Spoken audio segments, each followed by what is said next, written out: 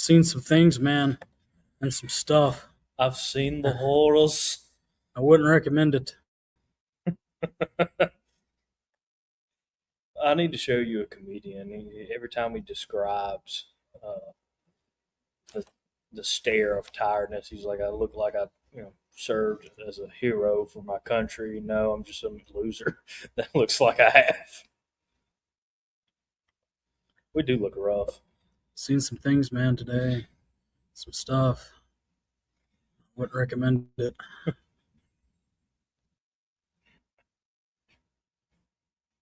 We'd had resolutions today, man, and you don't leave that the same. Yeah. Anyway, before we get started, the views and opinions expressed on this broadcast are not necessarily those of the SCV, HGC, any division, brigades, or camps, or other subsidiaries. Strictly those expressing. Which is us. Yes.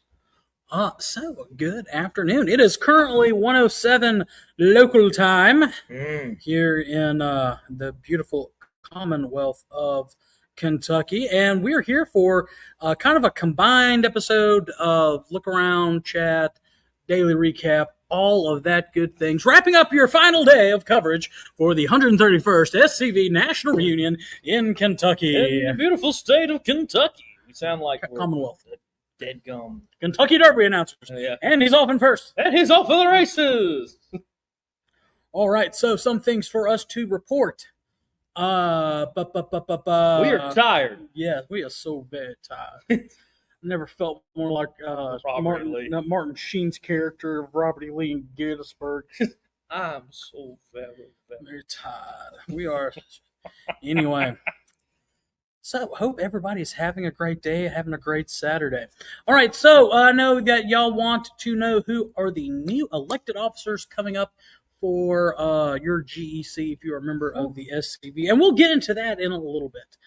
Some of the things, a little bit of housekeeping we want to go ahead and announce is that with a new change in leadership, often some things change. More than likely, we have to work with his schedule, obviously, but we're probably going to be moving Commander's comments from Thursdays to Mondays. We have to talk to the Commander-in-Chief-elect, formally sit down with him. We had a little bit of a talk in the hallway a minute ago, but very strong potential that we'll be moving that to our Monday slot. So let's maybe looking forward to that. Of course, that'll come after. Hey, you want to resume the show August 3rd? Yeah, that's fine by me. All right, so we will be back on August 3rd. I mentioned that last night, but official. Oh no, I watched the episode. Yeah, we haven't talked about it until now. Yeah, no, I completely forgot to bring it up to you. But yeah, no, August 3rd sounds good to me. The rest of July is pretty busy. Anyway. So it'll be nice to just sit back and relax. I'll schedule some reruns for everybody. Already got a couple lined up, and y'all can enjoy them. They're really old episodes, too. Hey, here's something new. If you remember our earlier in the week episode, we had a picture of a horse that Harrison couldn't read the name of the artist, and he thought it was Roberto. It looked like a Roberto. Well, guess what? So does the last moose that Gigi Grambling gave you was it looked like Roberto. We named it Roberto last night in the middle of the oratory. Yeah, you did. So completely derailed my whole speech. Yeah. Fun stuff. Roberto. Other than that, really, really interesting last day here in Kentucky. So getting started off, we had our Army meetings this morning. So very productive in that. Also, it was at the same time as the reunion or voting for Lieutenant Commander-in-Chief went on. So the Army meetings, like next year, the Army meeting will be more of reports of Army officers and reports of the various divisions and stuff. But this year, because we had stuff going on in the ballot at the same time, it was very, at least the AOT meeting was rather short. We handled the election from that. And we are going to now announce the winners for every single Army, because that's essentially what we did in the AOT meeting. We handled the elections and then went ahead and went to the vote. For Commander-in-Chief for the next 2 years, as it has been announced, is the Honorable Tony Griffin from the Commonwealth of Virginia. Excited about that. Lieutenant Commander-in-Chief, yeah. I am too. Tony's a good guy, and I'm looking forward to his leadership for the next couple years. Lieutenant Commander-in-Chief is Charles Leray. Charles won the election. Good job to both Charles and to Roy for running their campaigns. And doing so in a gentlemanlike manner. That's something that I've seen happen where it's not done like that. So for it to happen like that is a real pleasure. That we can have two people that come have different approaches, and after everything they can shake hands. The fact that we had two guys wanting to run for this office for a volunteer organization and voluntarily drive all the miles that they have traveled and everything like that is a very good thing. It's competition is not necessarily wrong. It's or a bad thing rather. It's it's just one of those things. And in this case, the membership thought that Charles is was worthy of the job. And having known both of the men, having known Charles, and having worked with Charles when I was deputy chief of staff, he was chief of staff. I was his deputy chief of staff, as well as when I was deputy chief of Heritage Promotions, was a very I'm excited for Charles. I am too. I like a lot of his ideas. Of course, I'm a bit biased because Charles was like, everything you do for a living. Yeah, I agree with that. Yeah, and I was like, oh, well, and awesome. And some of the stuff that we're trying to pull in Mississippi, he's wanting to pull as well. Yes. So that's obviously we're very in favor of that. But like I said, both candidates ran a good campaign. Both of them had good ideas. It's just different ways to, and some of them same ideas. It's like this. We both want the same, or they both wanted the same goal. Yes. The best for the SCV. It's just different roads how to get there. But again, both men, thank y'all for running the campaigns the way y'all did. And I'm excited to see the next 2 years. For the Army of Northern Virginia, Jamie Graham ran for re-election and was re-elected. Randy Burbidge ran for re-election, was re-election. In the Army of Tennessee, complete changeover in officers. Carl Jones did not seek re-election, and Roy could not seek re-election because he was running for Lieutenant Commander-in-Chief. So in those positions, in Army of Tennessee Commander, James Patterson from the state of Tennessee, and Forrest Dawes, who's that? The second. The second. The bald Pookie. Is AOT councilman. And having worked with Forrest when I was division commander, having worked with James on other stuff, I'm really excited to see, especially some of the ideas that I've heard them talking about. I'm excited to see them implement. Yeah, obviously, I'm a bit biased on this one, but I do think my dad and James are going to make a great team. I've loved everything James has said so far. Some of his ideas. I'm really looking forward to seeing his term as AOT commander. That was interesting. Yeah, I just had somebody walk in. That live show, everybody. That wasn't supposed to walk in. She wasn't even connected to the reunion. No. Then in the Army of Trans-Mississippi, John McCammon, he ran for re-election. And Bobby Herring of Louisiana, ran for councilman. Both of them ran or won their respective seats. So excited about that. Some of the things that did happen during the business session was 7 different resolutions were presented and passed. Yes. There was some. That's why we look like this. Yeah. No, the resolution process was not. It went very smooth, very easy this year. So I was very happy about that. Yes, me too. As far as other things that happened, past command now. For y'all that y'all are in the know that the 3 past commanders and chiefs, immediate 3, sit on the council to finish any projects that they could not complete in their term, as well as serve as an advisory commission to the council, position to the council and to the commander in chief. And whenever we have an election, the one who is elected the furthest back. So in this case, he was number 75. Yes. So the 75th Commander in Chief, the best dressed man in the SCV, Paul Grambling Jr. Or Graham. No, Grambling. It's his turn to step down because with Tony being elected, that means now past Commander in Chief.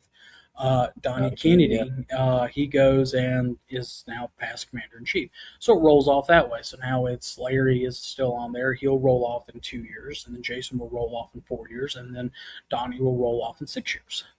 And I have to say, this one got me a little bit because, I've been in the SCV for almost 15 years now. I think a lot of people kind of don't realize that.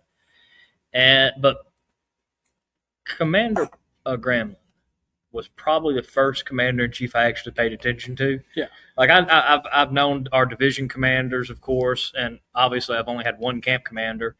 I'm not going to lie to you, I didn't know what a brigade was until I started going to meetings about 7 years ago. But he was the first one I paid attention to. Him and Miss Linda treated me awesomely, getting me introduced to the national organization, explaining everything to me, really guiding me as a member. Hey, this is the national organization. This is how it works. This is all this, and introducing me to a new world. So this one hit a bit different, I guess. Yeah, and same thing. I was emotional when when Tom stepped down 2 years ago. Yeah. Just because Tom was I was a member of his staff. Tom was a pallbearer at my dad's funeral. I was also emotional for Paul's because I've known Paul for all these years. Paul was at my father's funeral. He was at my mother's funeral earlier this year.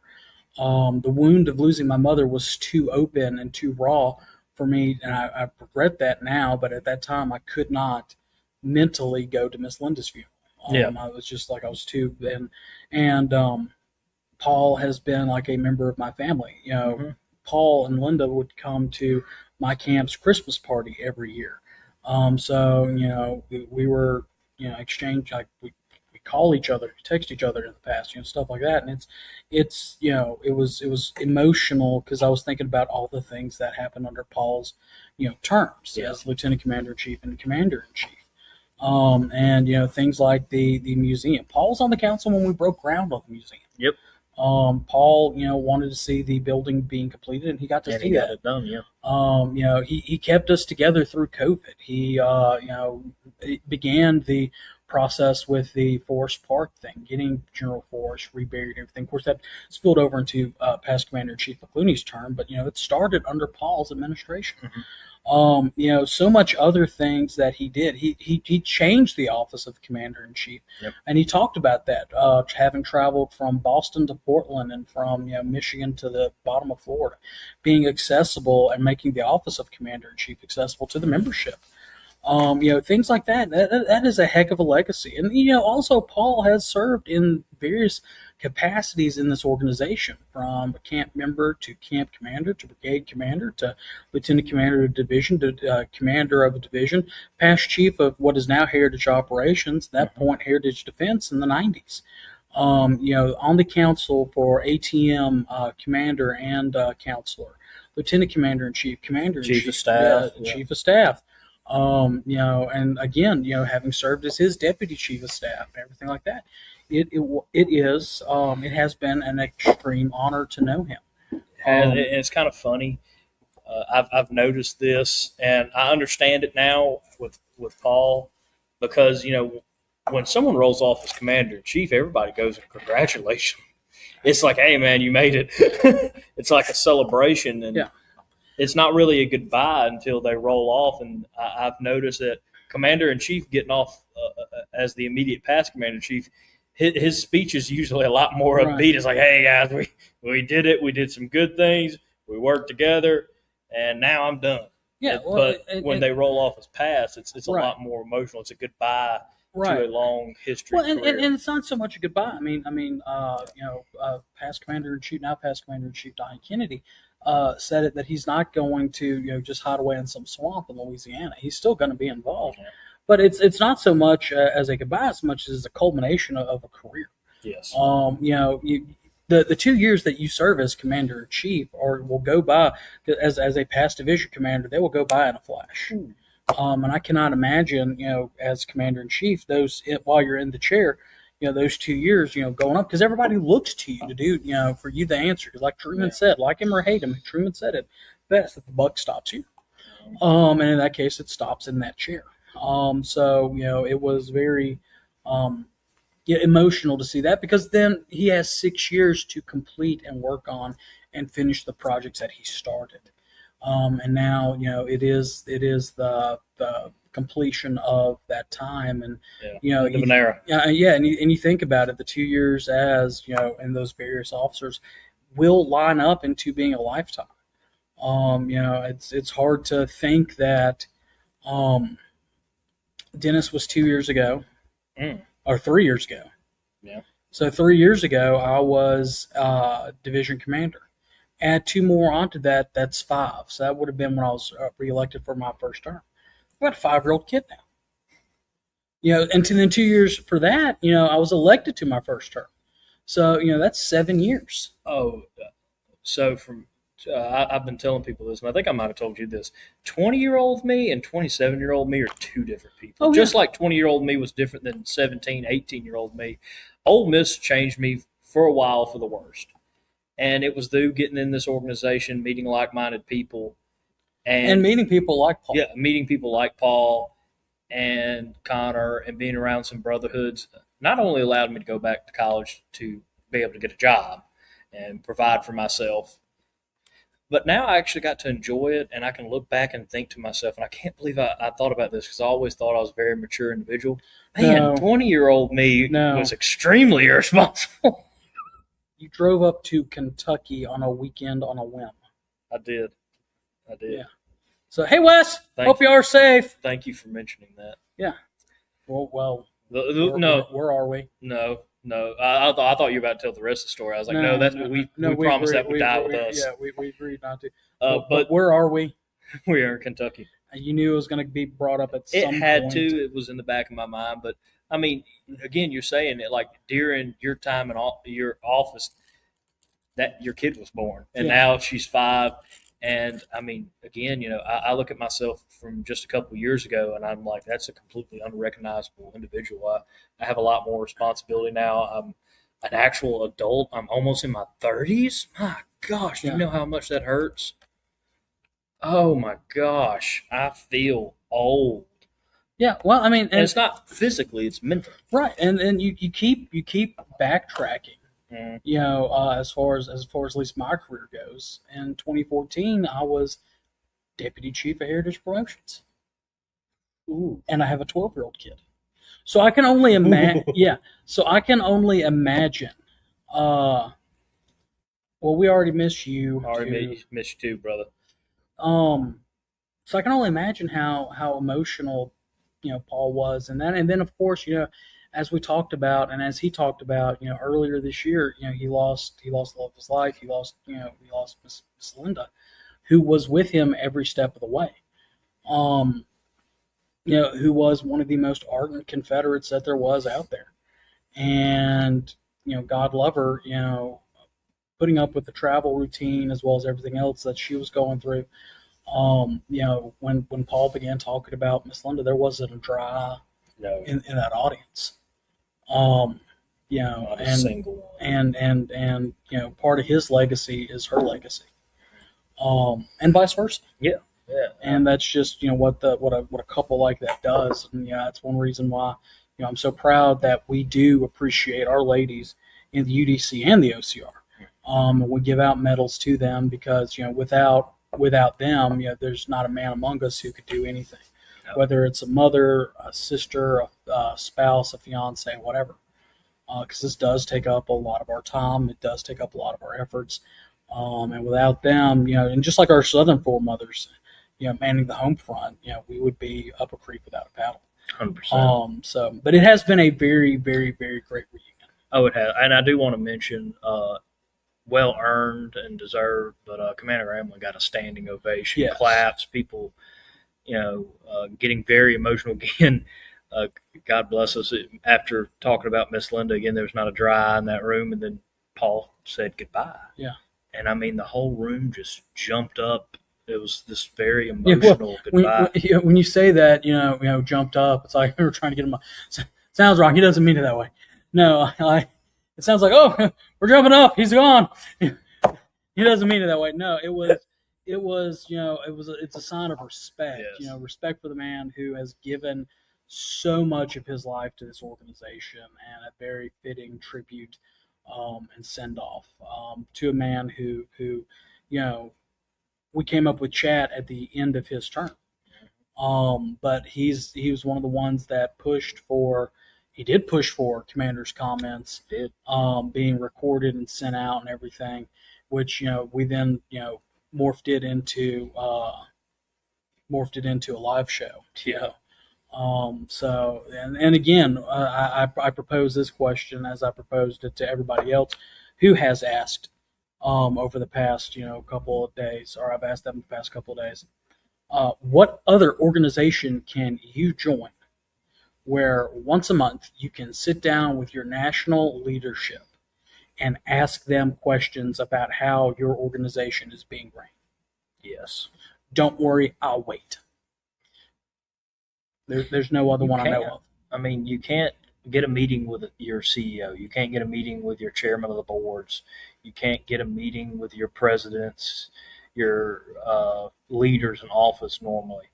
But here in the SCV, you get every month a chance to talk, a chance to ask questions, a chance to get updated. I mean, again, how many organizations don't update their membership but once a year at their conventions? Yeah, or if it's in some type of publication. Yeah. So that's again that is giving us the idea to burn this.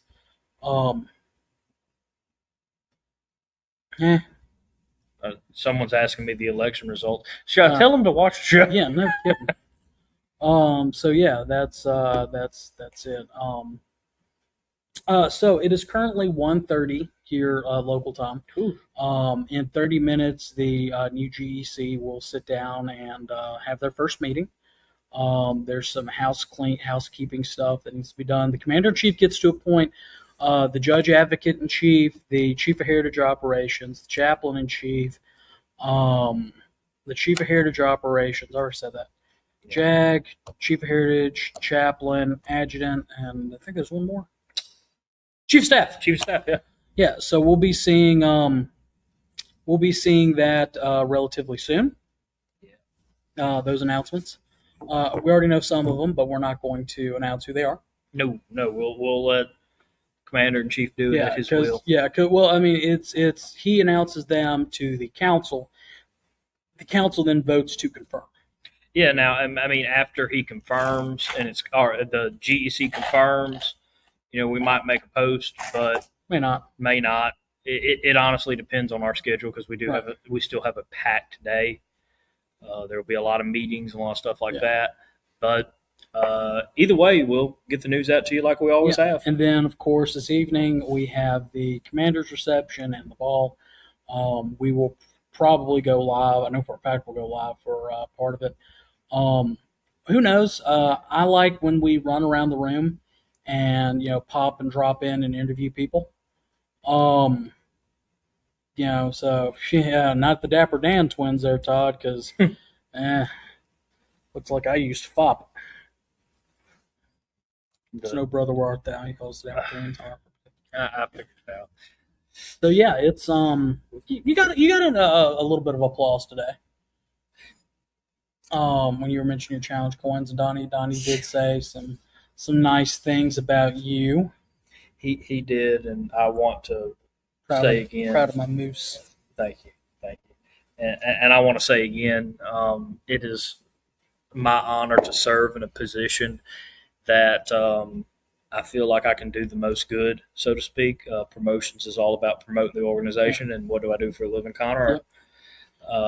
And funny thing is, guess which position I had first? Which came first, my career or Heritage Promotions? Yeah. Heritage Promotions came, and because of the SEV, I figured out what I could do for a living. So it's crazy, but it's an honor to serve this organization and to serve in a great position and to have the backing and support of people that can, really help us make the best of every situation. Yeah. So So yeah, we're gonna go ahead and wrap up here at 1:30. We hope you've enjoyed our coverage. We've got to get off the table so that the new GEC members can get there and the old GEC members can get there. They're going to come in here. They're going to see us. What are y'all doing here? What are y'all doing in here? One thing I do want to go ahead and do, because we've done this in every single show, but we want to thank our Patreon members. We could not have done this entire trip. We could not have done anything this year for as far as improvements goes. I'm sure y'all can hear the audio quality is different because we didn't bring a microphone. And I'm having to use. Someone was running a bit late this morning. having to use my own or the internal microphone in the new computer, but still, even the new computer was helped paid for somewhat by Patreon. Yeah. So again, we do thank y'all for that. We do thank our corporate sponsors. We have had several people ask how they can do that. Patreon.com/SCV_chat. Patreon.com/SCV_chat. We have multiple ways that you can join. We have the Feed Moose Corn Dog level, $2.50 a month. The $10 Real Chat Head level, the $30 merch tier, which is a really good tier. You get some really cool merch items that only you can get. And then the $80 a month business sponsorship, which you and your camp, and it doesn't have to just be you. It could be your business. It could be your camp, your brigade, your division, your other subsidiary. Can go in there and sponsor those levels as well. So that's how you can help us. Preserve, reclaim the narrative one week at a time. Help us in reclaiming the narrative. Do want to mention those business ones really quickly before we officially sign off. So we of course have the museum at Market Hall. They are open on Mondays, Thursdays, Fridays, Saturdays, and Sundays. The general rule is the flag is out. They are open. Definitely, you can see their phone number there in the middle. You can see their URL. Check out their gift shop. Follow them on social media. If you want to donate, there's their stuff on the side. Become a friend of the museum. All that is available. Please go check them out. The UDC has done a great job. Yes. Charleston chapter number 4 has done a great job since 1899. Managing that museum. Also, Andrew Casimir with Beauregard's Taylor. Give him a check out with the things that he has to offer, his shirts, his stickers, all of that. Great stuff. Todd, who was here in Kentucky, actually got a pair of earrings from him.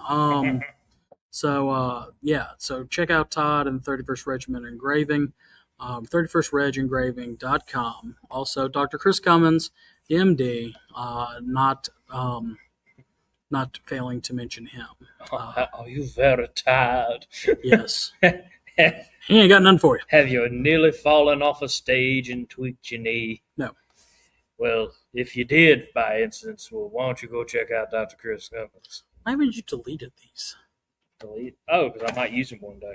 Boxing Day. Boxing Day. Speaking of, you just missed our emotional, talking about you and your legacy. Yeah. See, this is what we say. Look, this is the best, sharpest dressed man in the Confederation. The most sharpest man. Yeah. Yes. So, Thank you very much. Just finished the cigar? I did. Oh, well, you wait, put that on screen. Hold on. I'm twisted. Well, not as bad as Chuck's. You're not twisted as Chuck is. True. Yeah. That's true. And I've known this for 32 years. So, anyway, guys, we'll be back a little bit later on this evening with the banquet and ball. We hope y'all have a great evening. Make sure to share this episode out to every camp, brigade, division, army, and everybody else in between, our members, to make sure they know who their new national officers are of the Sons of Confederate and the subsidiaries. Oh. All right. Bye, y'all. Bye.